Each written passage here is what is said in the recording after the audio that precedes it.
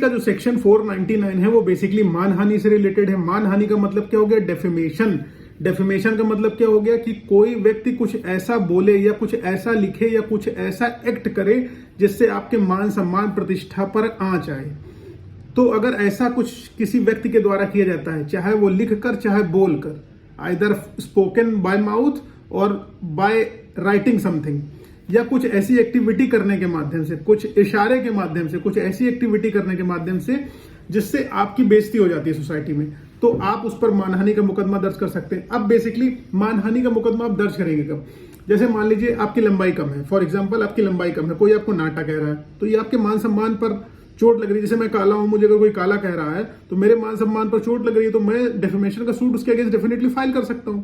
या कोई मान लीजिए फॉर एग्जांपल कोई सैनिक था जिसने देश के लिए जान दे दी और उसका पता नहीं चल रहा, बेसिकली गायब हो गया, जान दे दी, तो उसको शहीद का दर्जा मिलना चाहिए हालांकि, और उसके मोहल्ले वाले उसको भगोड़ा कह रहे हैं, तो उसके परिवार पर तो आंच आएगी ना।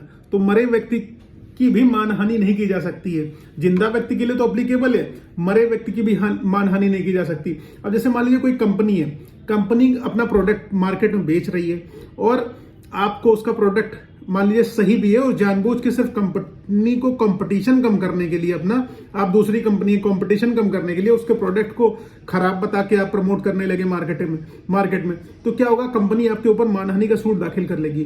तो ये विधिक व्यक्तियों के अगेंस्ट भी मानहानि का केस किया जा सकता है, डेड पर्सन के फेवर में भी मानहानि का केस किया जा सकता है, और जिंदा व्यक्ति के लिए तो मानहानि उपलब्ध ही है।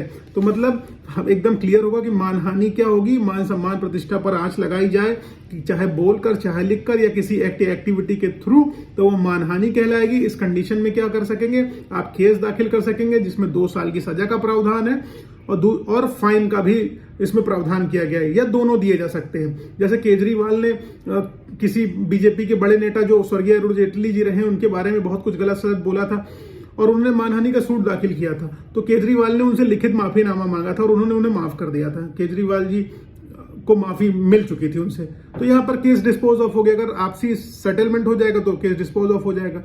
लेकिन मानहानि अगर आप किसी की करेंगे तो आप जेल के पीछे जा सकते हैं, अगर वो बंदा अवेयर है।